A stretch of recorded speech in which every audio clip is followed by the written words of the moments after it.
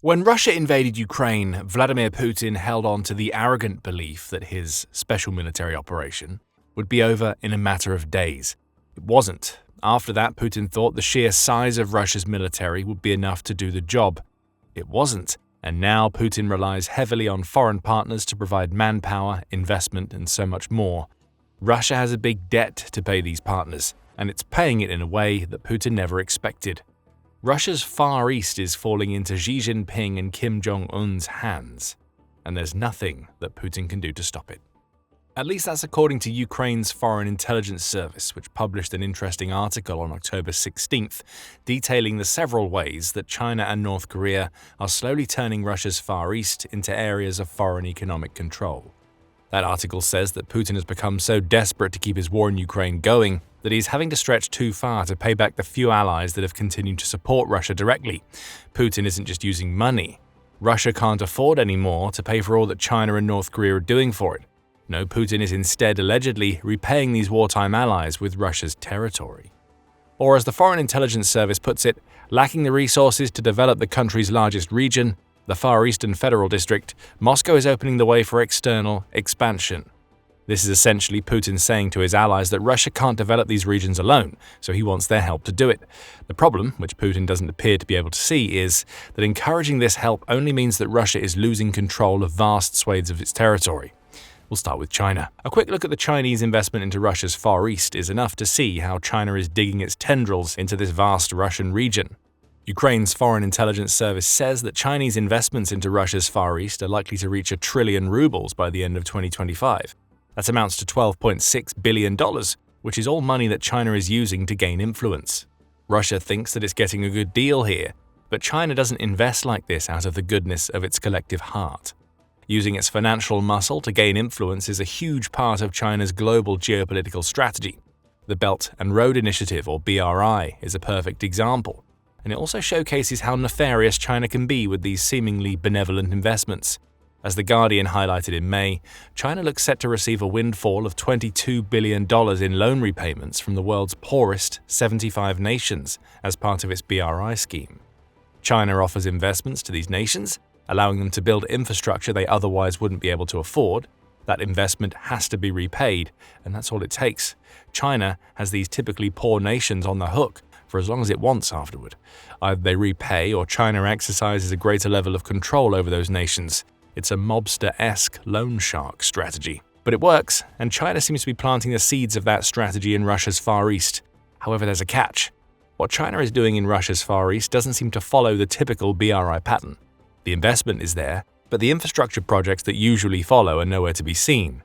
Instead, as Senator Viktor Kalashnikov from Russia's Khabarovsk region suggests, China is building its influence via trade. In Khabarovsk alone, Kalashnikov says the volume of trade between Russia and China increased by 5.5 million tons in 2024 alone. The first half of 2025 saw another substantial increase, as trade ballooned by another 36%. China is being clever here, knowing that Russia is unlikely to accept the sorts of unfair loans it typically offers via the BRI. China is instead making the Russian regions it wants to control dependent on China for trade. These upward trends aren't happening by accident. China is putting itself into a position where it has massive amounts of leverage in Khabarovsk. All it will have to do is threaten to pull the plug once that region is almost wholly dependent on China for trade, and Beijing will have the control that it seeks. Dagen adds that much of China's investment is also focused on resource extraction, which is a whole other problem for Russia. If China is taking Russian resources in the Far East, Putin is losing out on the money that those resources could generate. Russia's president has to repay his war debt somehow. This is how he's doing it, Ukraine's Foreign Intelligence Service claims. However, the expansion of economic influence isn't all that China is doing to subtly shift control of Russia's Far East out of Putin's hands. In a country that has a population of over 1.4 billion, people are a commodity. And China is using this commodity to great effect against Russia, as it's slowly been implementing what Ukraine's Foreign Intelligence Service calls a creeping demographic change in Russia's Far East. According to the report, China has managed to send up to 2 million of its citizens to live and work in the region between the Ural Mountains and Vladivostok. This is all by design, with Putin approving everything. Most of the Chinese nationals arriving in these regions work under visa-free agreements and are operating inside Special Economic Zones, or SEZs, in Russia's Far East. SEZs are interesting for a simple reason. They are areas within a country that operate under different business and trade regulations from the rest of the country. In Russia's case, this appears to mean that China is setting up SEZs where trade and business rules are Chinese rather than Russian, in Russia's Far East. Again, it's all about control, and these SEZs see that control slipping out of Putin's hands. The fact that China's immigrant workers are also being allowed to operate without visas lends more support to the argument that the SEZs China now occupies essentially no longer belong to Russia. Presumably, Russia has some sort of agreement in place where it can strip the regions China is populating of their SEZ status if it needs to do so. However, Putin would be loath to exercise that sort of power. If he's paying for Chinese support using land in Russia's Far East, that support disappears as soon as he tries to take that land back. Russia may never be able to reclaim these SEZs. And if it tries, it faces the tricky task of expelling around 2 million Chinese nationals from its territory without angering President Xi. Earning the ire of China is the last thing that Putin wants to do right now. After all, as Reuters reported on September 25th, Chinese engineers are working alongside sanctioned Russian drone manufacturers to help them tweak and perfect their products. Putin needs these drones. In 2025, Russia's aerial strategy has evolved a massive escalation in drone attacks on Ukrainian cities, with reportedly every month since May witnessing the launch of at least 4,000 and up to 6,297 drones targeting Ukraine. That's according to the Institute for Science and International Security, which also notes that there hasn't been a month in 2025 since Russia has launched fewer than 2,000 drones at Ukraine. It seems that Russia is building those drones with China's help. That's yet another piece of leverage Xi holds over Putin. Try to stop China's creeping demographic and economic expansion into the Far East now, and those drone engineers aren't likely to stay. So it's clear how China is slowly grabbing territory in China's Far East. But what about North Korea? According to Ukraine's Foreign Intelligence Service, Russia's big mistake here is welcoming scores of workers from North Korea into its Far East. Officially, the service says around 15,000 North Koreans have arrived in that region over the past year alone. Unofficially, the number may be as high as 50,000. The BBC also shares the 50,000 number in an August article in which it reports that the North Korean laborers being sent to work in Russia are operating in what it calls slave-like conditions. The outlet interviewed 6 workers who had managed to escape these conditions, with one worker, named Chan, detailing some truly horrifying conditions. Some people would leave their post to sleep in the day or fall asleep standing up, but the supervisors would find them and beat them. It was truly like we were dying, Chan told the BBC. The workers often worked late into the night with no lights or safety equipment, and another escapee says that he worked on a high-rise apartment block for 18 hours per day while in Russia. To Putin, this is all near-slave labor that is cheap, effective, and comes from an ally. To North Korea, it's a chance to build influence and develop a presence in Russia's Far East. Of course, North Korea isn't as capable as China when it comes to exerting economic holds over Russian territory. But with Russia clearly needing manpower to develop its Far East region, North Korea seems to be following China's blueprint when it comes to using its own people to gain leverage over Putin. North Korea is already getting plenty out of this arrangement. Note that we said North Korea and not North Korean workers. Those workers are receiving the bare minimum wages possible, while Kim Jong-un pockets $500 million per year from Russia, Ukraine's Foreign Intelligence Service claims. Plus, Russian companies have already ordered another 153,000 contracts for North Korean laborers, the service reports. Even if we assume that $500 million per year is for the unofficial 50,000 workers in Russia's Far East, that still amounts to $1.5 billion annually. But if the $500 million figure refers to the official count of 10,000 workers, then around 150,000 more means another $7.5 billion Russia has to find. Does Putin have that sort of money to spend on labor, given how much the Ukraine war is costing Russia? Perhaps not. And if he doesn't, North Korea may be in a position to use these worker contracts to conduct its own territory grabs in Russia's Far East. Russia seems to be oblivious to what's happening here, at least officially. In July, Korea Pyongyang Daily carried a story in which it said that Russia's lawmakers are endorsing their new North Korea workers as being more reliable than Russia's existing migrant workforce. They would be, given that they work under constant supervision and face the threat of punishment if they can't handle grueling 18-hour days. If these workers are more reliable, then Russia will rely on them even more. 153,000 new contracts makes a lot more sense in that context. And Putin either doesn't see or doesn't care about the impact this will have on Russia's Far East in the future. Russia's playing a very dangerous game here. The risks involved are massive. As Dargan points out, China and North Korea are each building leverage in different ways. Combining monetary muscle and sheer manpower, China is building influence in Russia's Far East, by creating economic dependency. North Korea is creating a separate dependency, this time on cheap labor. It's possible the two countries could end up colliding as their attempts to grab territory overlap, Dagan says. But even in that situation, Russia will be an ineffective mediator in conflicts over territory that Russia is supposed to control.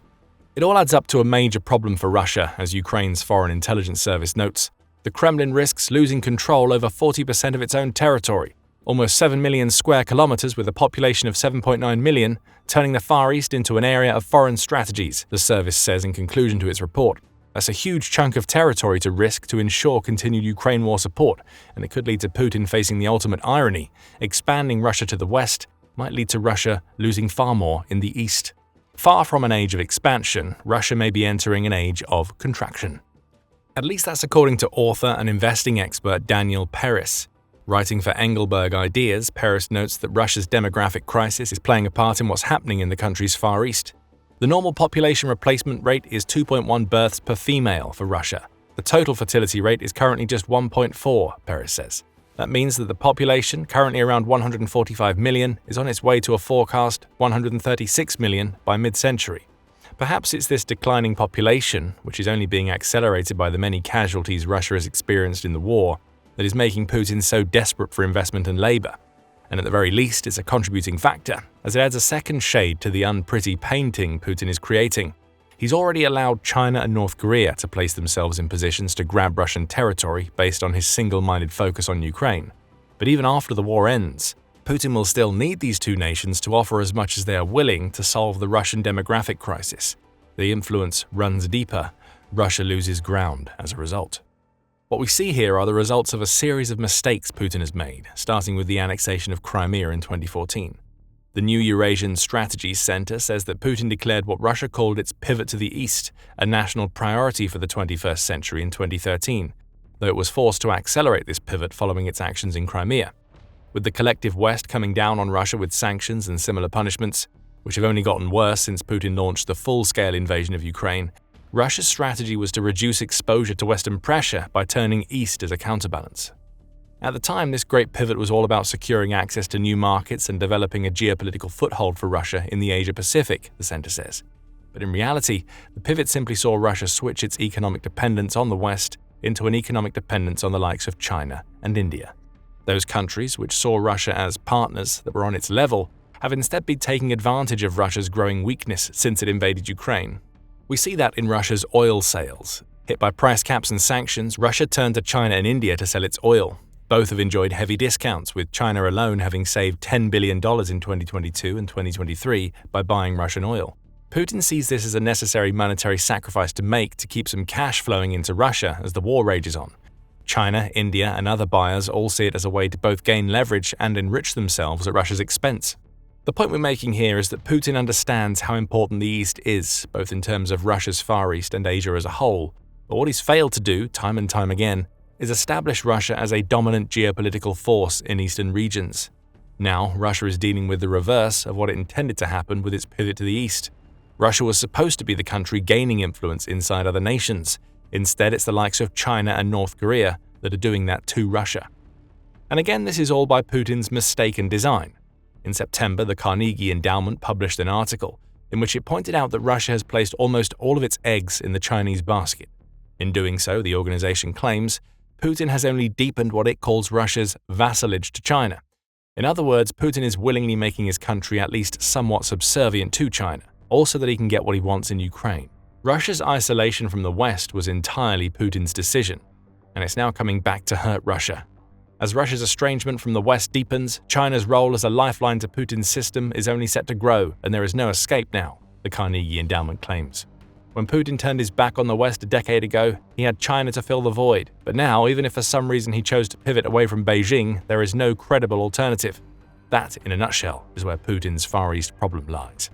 Russia could still hold some sway over North Korea, at least until it becomes totally dependent on the country for cheap labor that fills the void left by Russia's demographic issues and the loss of so many of the country's young men in Ukraine. But China is in a far greater position of power. Let's say Putin decides to reject all of China's investment, its 2 million people, and the SEZs being created in Russia's Far East. Where does he go next? The West isn't going to offer Russia a lifeline, at least not without Putin making major concessions in Ukraine. The refusal to make those concessions is what got Russia into this position to begin with, so that's not going to happen. There simply aren't any other nations with the sheer economic might of China that could keep Russia going. At least no other nations with which Putin hasn't thoroughly burned Russia's bridges. Xi has played Putin so well here that Russia is left with no other recourse. North Korea, almost like a vulture, is now taking advantage of Putin's weakness in Russia's Far East too. Does this mean that Russia will lose up to 40% of its Far East territory that Ukraine's Foreign Intelligence Service claims to be at risk? It looks increasingly likely. As we speak, China is supposedly providing 80% of the critical parts Putin needs for his drone war, United 24 Media reported on October 15th. Russia is going to need those parts, along with the engineers, the investment, and the labor, for a long time to come, given that Russia's 2025 gains in Ukraine amount to 1% of the country's territory. Now, Russia occupies around 20% of Ukraine. It's taken over 3.5 years for Russia to get that far. With another 80% of Ukraine to go before Putin can declare victory, Russia would require decades' worth of help from its foreign allies that are even now using Russia's position to gain influence in the Russian Far East. It's just as the Carnegie Endowment says, there's no escape for Russia. Putin is reaping what he has sown, though he may be long gone by the time the full impact of the sacrifices he's made to support his Ukraine invasion is known. But if it's not China and North Korea taking Russian territory that eventually topples Putin, it could be a groundswell of anti-war sentiment inside his own country that does the job. Putin is growing ever more paranoid, and he has good reason to do so. As St. Petersburg erupts into protest, Putin fears that a coup may be imminent. Find out more in our video, and remember to subscribe to The Military Show for more videos covering the many mistakes Putin has made that all link to the Ukraine war. And as always, thank you for watching.